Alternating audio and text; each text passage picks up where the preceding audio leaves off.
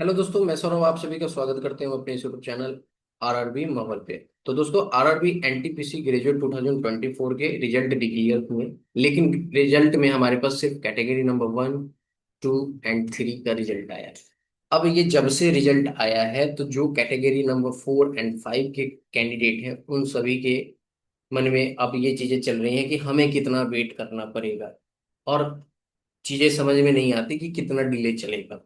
तो इसके लिए मैंने कोशिश किया है कि कहीं से इंफॉर्मेशन जुटाया जाए। तो मैंने कल आरआरबी अहमदाबाद में कॉल लगाया, और कॉल लगाने के बाद जो बातें हुई उस बेस पे मैं आपको कह रहा हूँ कि अगर वो बातें सच होती है तो ये आपके लिए गुड न्यूज है। गुड न्यूज ये है कि टाइपिंग स्टेटस आपका जल्द दिख सकता है, टाइपिंग रिजल्ट जो है जून टू जून आ सकता है। ठीक है। और साथ ही साथ मैं आपको इस वीडियो में बताऊंगा कि how to prepare typing cut off. अब टाइपिंग कट ऑफ आपकी कैसे बनेगी और क्यों टाइपिंग रिजल्ट को होल्ड किया गया है वो भी मैं बताऊंगा। चैनल पे पहली बार होगे तो चैनल को जरूर सब्सक्राइब करना। टेलीग्राम से नहीं जुड़े तो लिंक आपको डिस्क्रिप्शन में जुड़ जाना। वीडियो अच्छी लगे लाइक शेयर हाइप जरूर करना। देखो, मैं आपको एक चीज बता दूं कि आप लोग मेरे से कनेक्टेड हो, जो लोग जो भी 1600 लोग कनेक्टेड हो, मैं आप सभी की के लिए ही वीडियो बनाता हूँ। ठीक है। आपको इन्फॉर्म करता हूँ, आप लोग मल्टीपल टाइम कमेंट करते हो। ऐसा नहीं कि मुझे कुछ ऐसा रहता है कि हाँ मैं आपको अपडेट दे दूं। मुझे मेरे पास ऑलरेडी एक चैनल है, ठीक है। और वहां पे भी मैं कंटेंट देता हूँ, वहां पे अलग अलग तरीके कंटेंट है। बट यहाँ पे क्या है ना कि आप लोग अभी बहुत ज्यादा परेशान हो, वेट कर रहे हो रिजल्ट का, और मल्टीपल कमेंट करते हो। उस कमेंट को देख के मैं कोशिश करता हूँ कि अगर कहीं से इंफॉर्मेशन मिल पाए तो मैं आप तक पहुंचाऊं। अब होता क्या है कि इंफॉर्मेशन देने के बाद कुछ ऐसे कैंडिडेट हैं जो अपने आप को क्या ही समझते हैं, वो गलत सलत चीजें लिखते हैं। भाई आप देखो, किसी के एफर्ट को देखो कि वो आपकी बातों को मानकर वो कॉल कर रहा है। ऐसा मैं अगर आप बताओ कि मुझे क्या जरूरत है बोलने का, आप परेशान हो रहे हो तो हो, मुझे क्या पड़ा हुआ है। लेकिन मैं आपकी परेशानी को समझ रहा हूँ ना कि आप मेरे से जुड़े हुए हो, तो एटलीस्ट आपके लिए मैं कुछ करूँ। अब वो कितना हद तक सही होगा गलत होगा वो तो टाइम बताएगा। और देखो, तीसरे पे जब कभी डिपेंड होते हो ना तो वो 100% नहीं जाता। ठीक है। उसमें आपके 50-50% चांसेज होते हैं। मतलब कि वो इवन सही भी हो सकता है, इवन गलत भी हो सकता है।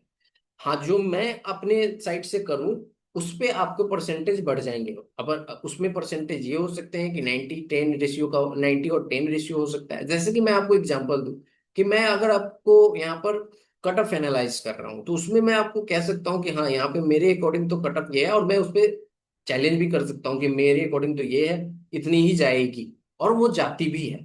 क्यों? क्योंकि वो मेरे हैंड में है, मैंने कैलकुलेट किया है, तो मैं आपको बेहतर बता सकता हूँ और उस पर मैं आपको रिप्लाई भी अच्छा कर सकता हूँ। बट जब किसी और से आप इंफॉर्मेशन लाते हो तो वो 50-50 का गेम हो जाता है। और ये सिर्फ आपके डाउट के लिए ही किया जाता है। ऐसा नहीं कि मुझे कुछ इससे मिल रहा है, मुझे कुछ नहीं मिल रहा है। इवन मैं आपको बताऊं कि अभी मेरे कट ऑफ सही हुए तो क्या मिला है? बस 10 4, जो भी 10 20 लोग जो हैं वो सपोर्ट किए हैं कि आपने कट ऑफ सही बताया था, बस हो गया। फिर भूल जाएंगे, फिर नेक्स्ट कट ऑफ आएगा तो फिर उसमें गलत सलत बोलेंगे। तो ये चीजें चलते रहती है। लेकिन आपको मैं जस्ट एक रिक्वेस्ट कर रहा हूँ कि कभी भी कोई भी आपके लिए वीडियो बनाता है तो पहले उसकी कंटेंट को देखो कि वो कंटेंट क्या डाल रहा है, क्या उस बकवास नहीं करने आता है, या क्योंकि बहुत सारे लोग ऐसे भी हैं, मैं इसको डिनाई नहीं कर रहा हूँ। बहुत सारे ऐसे चैनल्स हैं जो आपको डेली एक ही टॉपिक पे वीडियो बनाते हैं। ठीक है। तो इस चीज को समझो कि कोई आपके लिए क्या एफर्ट लगा रहा है, और आपको लगे कि एफर्ट सही है तो आप उसको अप्रिशिएट करो। अगर आपको लगता है कि नहीं ये चैनल सही नहीं बता रहा है या सही काम नहीं कर रहा है तो आप इमीडिएटली उसे लीव करो। ठीक है। आप अपना टाइम वेस्ट मत करो। तो देखो, मैं आप सभी के जो कंसर्न है उसको देखता हूँ, और उसी बेस पे मैं कोशिश करता हूँ कि आप तक कुछ इन्फॉर्मेशन अगर मुझे मिल पाए तो मैं आप तक शेयर करूँ। इवन वो सही हो या गलत हो वो बाद में डिसाइड होगा। मेरा कोई ऐसा इंटेंशन नहीं रहता कि मैं आपको कुछ गलत बोल के मैं आपको ऐसा कुछ करूं। क्योंकि आपको याद होगा कि मैंने आपको मार्च में आरआरबी एनटीपीसी ग्रेजुएट की रिजल्ट के बारे में बोला था कि मेरे अकॉर्डिंग 13 मार्च तक आ जाने चाहिए, उम्मीद है कि आ जाए। नहीं आया।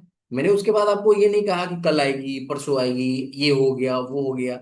मेरे पास जो चीजें पता थी मैंने उस अकॉर्डिंग बता दिया। उसके बाद मुझे पता नहीं क्योंकि वो गलत हो गया। ठीक है। तो उसके बाद मैंने आपको जस्ट उम्मीद ये बताया कि होपफुली है कि आ जाएगा आ जाएगा। ठीक है।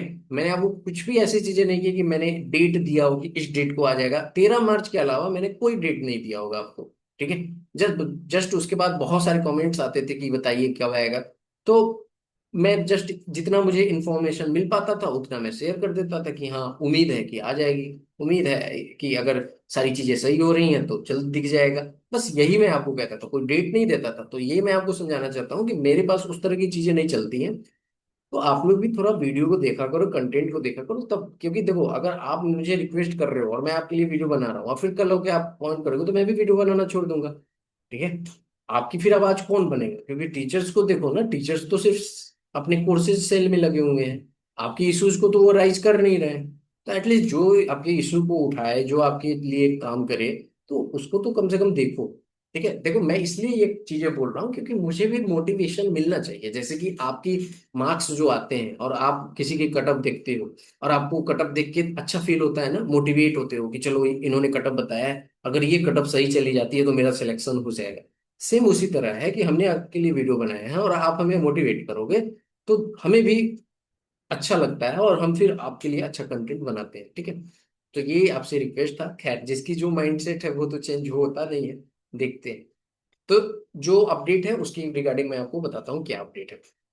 चैनल पे पहली बार होगे तो चैनल को जरूर सब्सक्राइब करना, टेलीग्राम से नहीं जुड़े तो लिंक आपको डिस्क्रिप्शन में जुड़ जाना। वीडियो अच्छी लगे लाइक शेयर हाइप जरूर करना।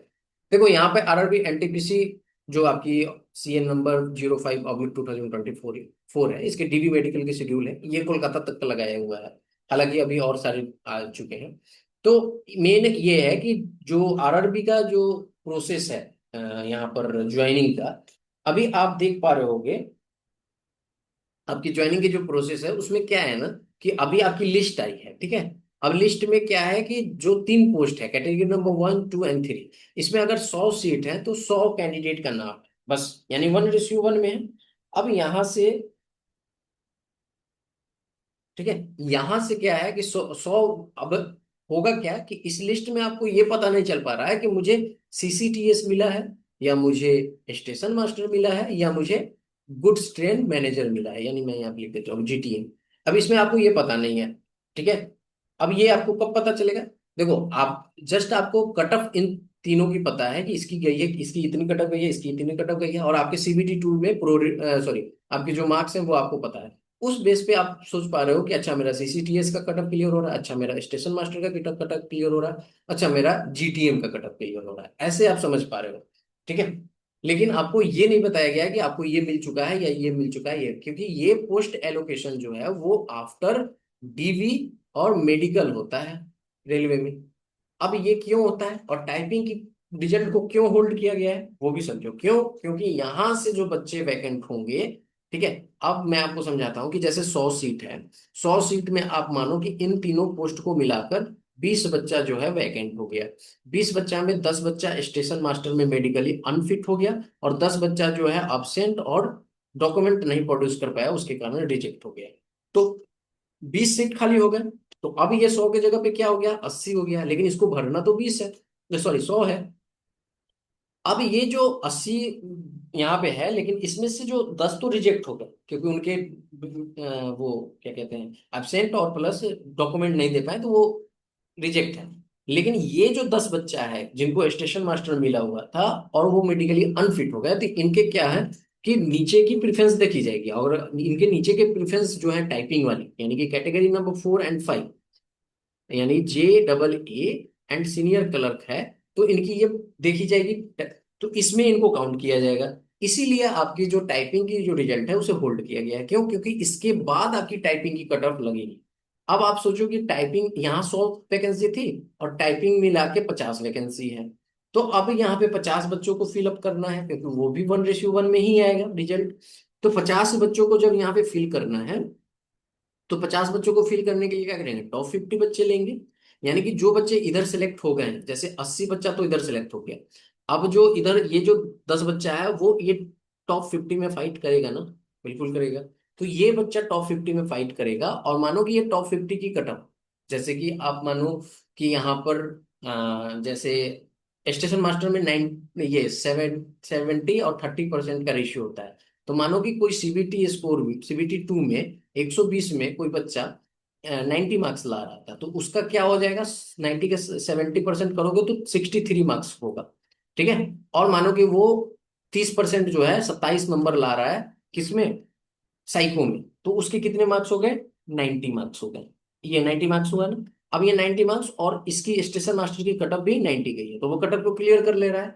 तो अब आप देखोगे तो जो कटअप को क्लियर कर रहा है ना, तो उसके सीबीटी में क्या स्कोर है, 90 स्कोर है। तो इस 90 स्कोर को इसमें कंसीडर किया जाएगा।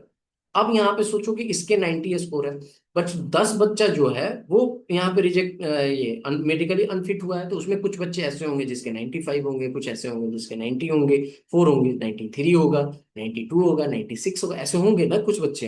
तो ये बच्चे जब होंगे, तो अगर आप सोचो कि यहाँ पे टाइपिंग की कटअप चली जाती है 93, तो जो 93 के ऊपर जितने बच्चे होंगे वो सिलेक्ट हो जाएंगे, 1 2 3 4। ठीक है, 4 बच्चे, यानी 10 बच्चों में से 4 बच्चा सिलेक्ट हो जाएगा। और बच्चा, अगर बच्चा जो 6 बच्चा अगर इस कटअप को क्लियर नहीं करेगा तो वो बाहर हो जाएगा। आई बात समझ में? तो ऐसे कटअप आपकी निकलेगी। अब जो आपका यहाँ पे कटअप मैंने आपको प्रिपेयर कैसे होगा वो समझा दिया।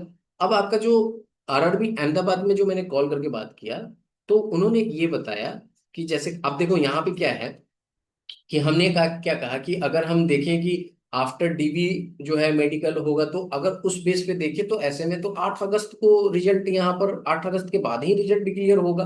तो अभी तो आपका मई चल रहा है, जून जुलाई अगस्त तो बहुत लंबा हो गया। तो क्या इतने दिन वेट करना पड़ेगा टाइपिंग के लिए? अगर इतना दिन करना पड़ रहा है तो ये तो बहुत ही वाहियात सिस्टम है। इतना दिन कोई बच्चा कैसे कर सकता है वेट? ठीक है।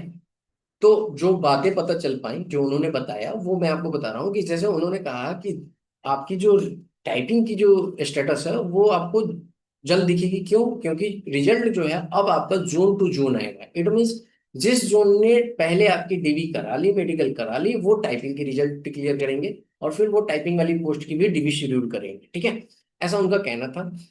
तो अगर उस अकॉर्डिंग देखा जाए तो सबसे पहला आपका यहाँ पर अजमेर जोन है, जो 25 और 26 मई को ही समाप्त हो जा रहा है। तो इस अकॉर्डिंग अगर आप देखोगे तो जून में आपके स्टेटस आ जाएंगे, आ जाने चाहिए, अगर इनकी बात सही है तो, जो उन्होंने बताया। ठीक है। और उसके बाद में जून में ही आपको रिजल्ट, क्योंकि इनके भी मेडिकल डीबी मेडिकल की लिस्ट आउट होगी।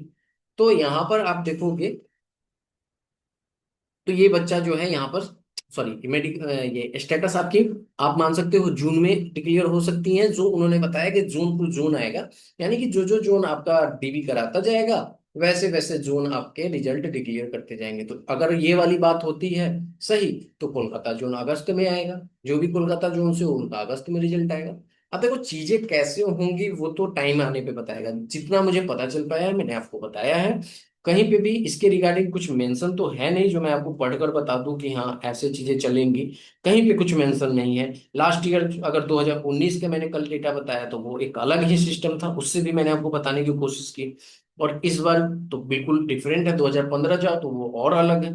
तो ये सारी चीजें जो हैं बिल्कुल अलग चल रही हैं, और रेलवे ने कुछ क्लियर किया नहीं है। तो मुझे भी लगता है कि इतना डिले तो नहीं होना चाहिए कि अगस्त में आपका टाइपिंग का रिजल्ट आना चाहिए। मुझे लगता है कि स्टेटस आपको यही जोन टू जोन जो है स्टेटस पहले दिख जाएगी, और जोन टू जोन आपका रिजल्ट आना स्टार्ट हो जाएगा।